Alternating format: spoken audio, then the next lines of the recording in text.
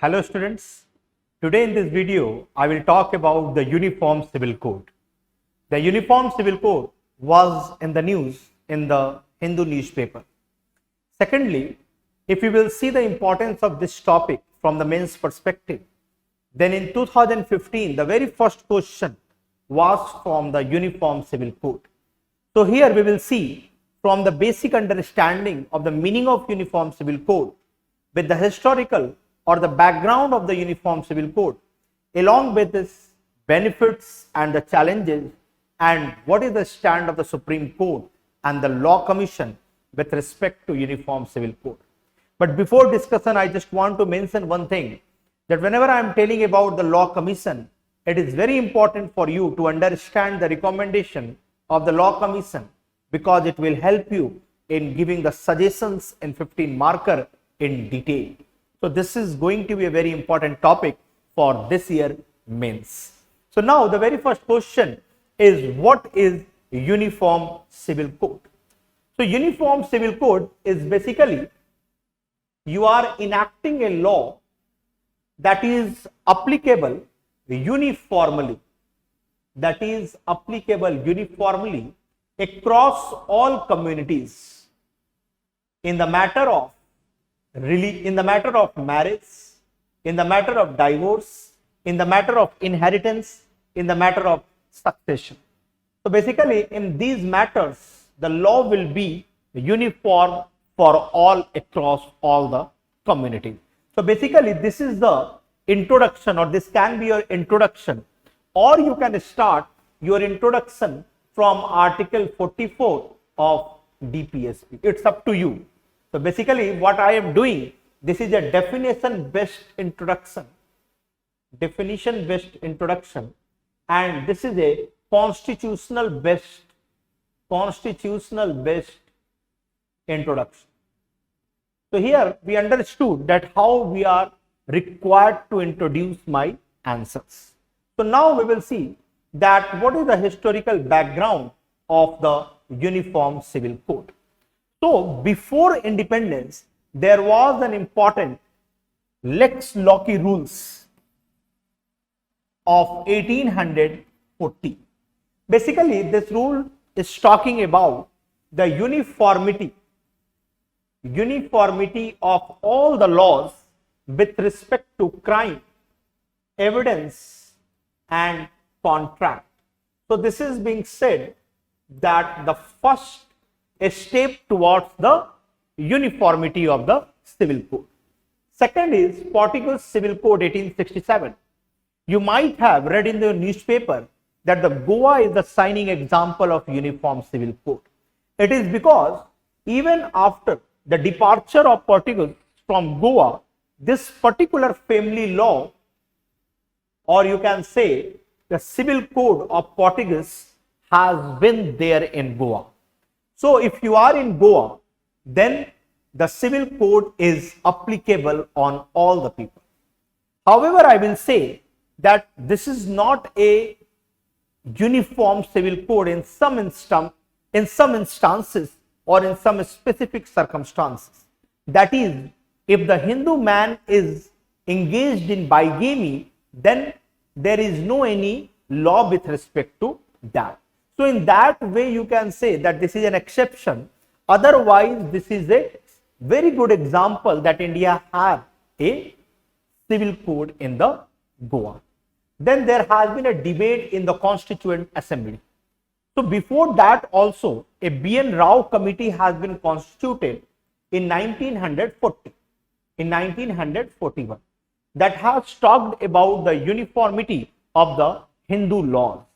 However, there has been a debate in the Constituent Assembly, and then in that debate, I will not go into the debate, but ultimately Dr. B.R. Ambedkar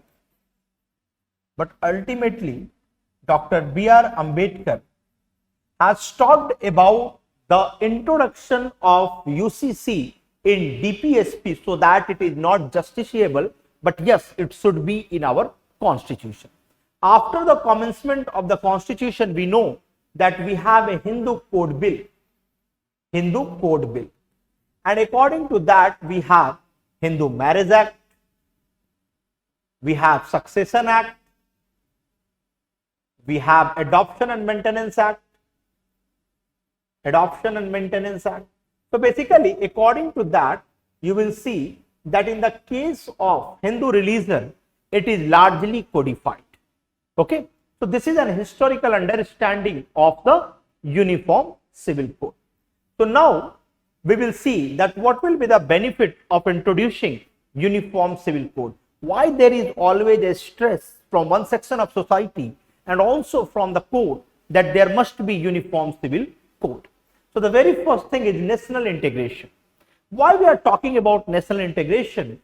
Because the Uniform Civil Code negates the idea of religion from law or legal sphere, and that will be the step towards the national integration, and the Supreme Court has also said this in Shah Bani case. Okay. Second is reduce conflict and contradiction. Here the word conflict and contradiction means that today there is a complexity of the law with respect to inheritance of the property, with respect to the succession of the property, with respect to marriage, divorce. There are too many laws, and that is resulting into conflict and contradiction. And therefore, many a times when the matter goes to the court, then it becomes a complex in the nature for the judges also to interpret. The third is gender justice. Whenever you will see the Mitaksara school of the law from Hindu school, then you will find that it talks about the division of property or the right of the daughter to inherit the property of her father. So we all know that now the daughter can inherit the property of the father. But yes, even if you will look into the case of Islamic law, in the case of Islamic law, then whenever the property is being divided, then the share of man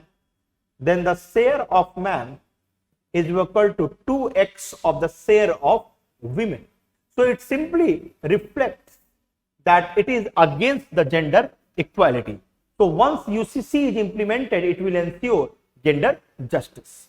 Then freedom of choice and young generation. So we all know that everybody should have right to choice. It means that right to choose their partner. But today what is happening, if a person from the another religious community wants to marry, then there is a special marriage act. But when the UCC will be implemented, then a person from across all the religion can marry each other.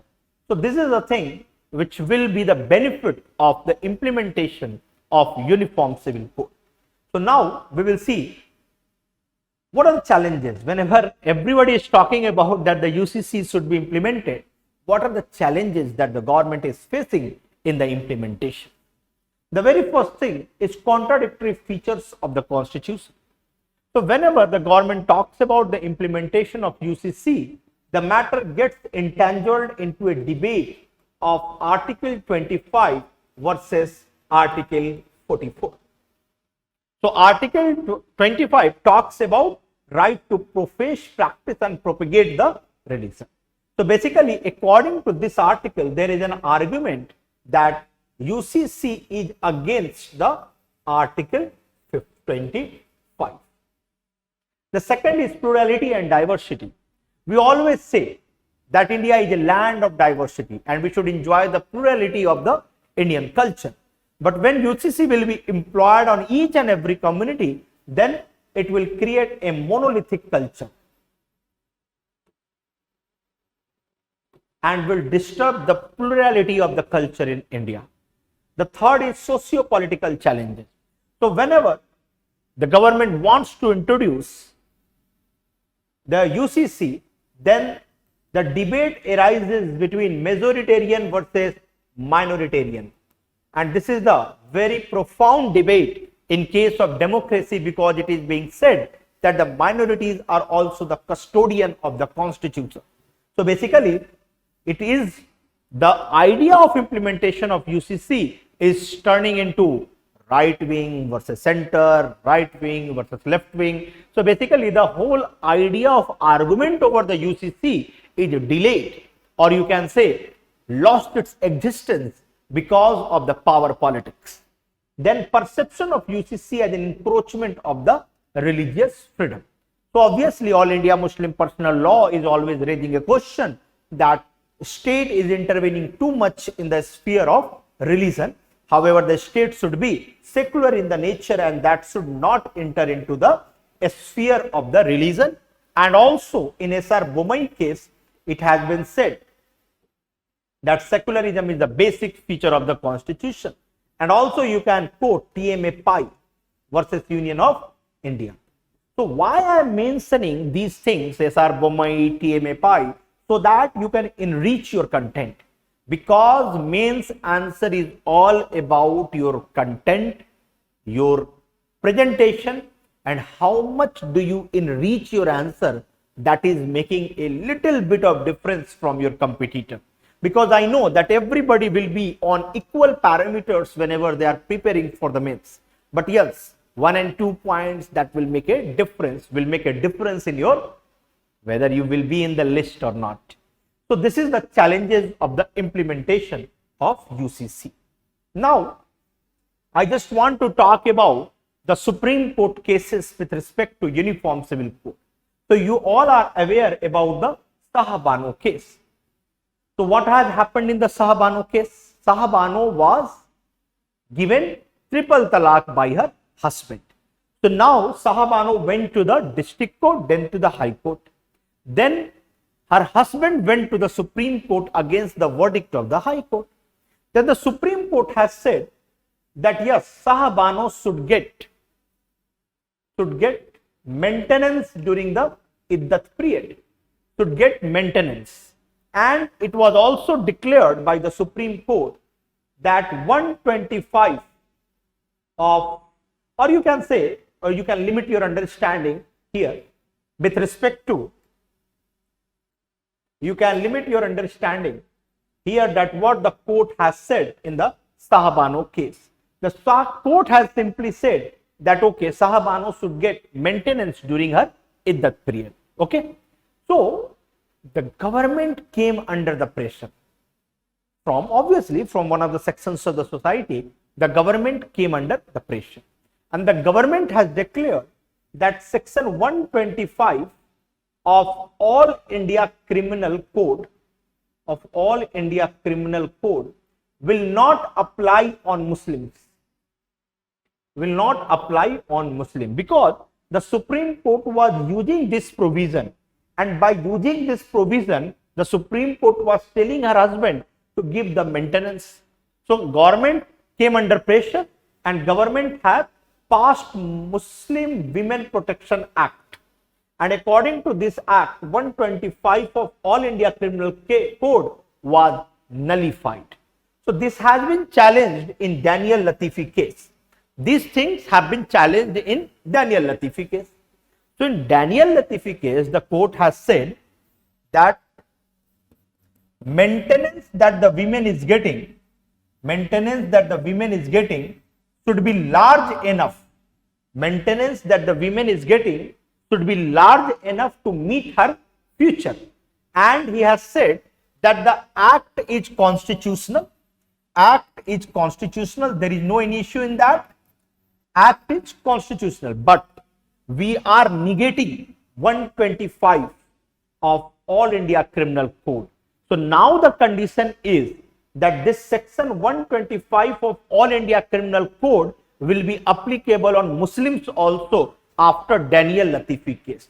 So in that case, court had just increased the maintenance required for the women and has also held the act not as constitutional and has declared this nullified.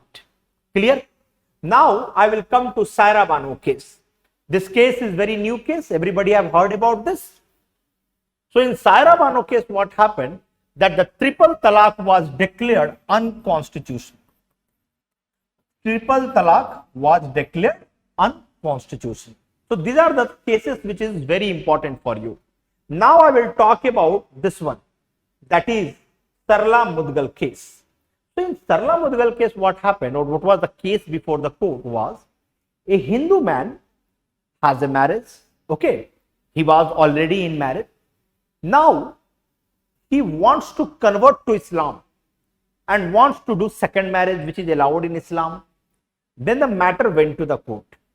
Now the court has said that you are converting to Islam only for the sake of marriage. So in that case, your first marriage will be continued. It will not be considered that you have taken divorce from the first marriage. And now in this case, it will be considered as a crime under IPC. And in all these cases, Supreme Court has said that it's a time to implement UCC. It's a time to implement Uniform Civil Code. Clear? Now we will talk about what is the recommendation of the Law Commission. So the Law Commission says that time is fine, that we can bring UCC anytime. But before that, we will have to bring a reform. And whenever the Law Commission is talking about the reform, they are telling that the reform is required in each and every religion. That is very important. So they have recommended the very first thing in the case of Hindu religion. So in the case of Hindu religion, the Law Commission recommended that the compulsory registration of marriages should be done. And this can be done by making an amendment in Registration of Birth and Death Act. So compulsory registration. Second is a uniform age of consent for marriage. Means 18 years or 21 years, whatever you want to keep, it should be uniform for both man and women. Then community of property upon marriage and divorce. So it says that whatever property has been acquired after marriage, in the case of divorce, there will be an equal split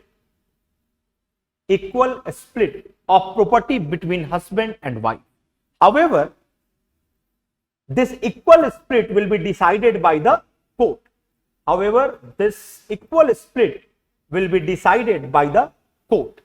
That it may be in some of the circumstances, some share is going more to the husband, some more share is going to the wife. It can be done, but largely we will have to ensure an equal split of the property.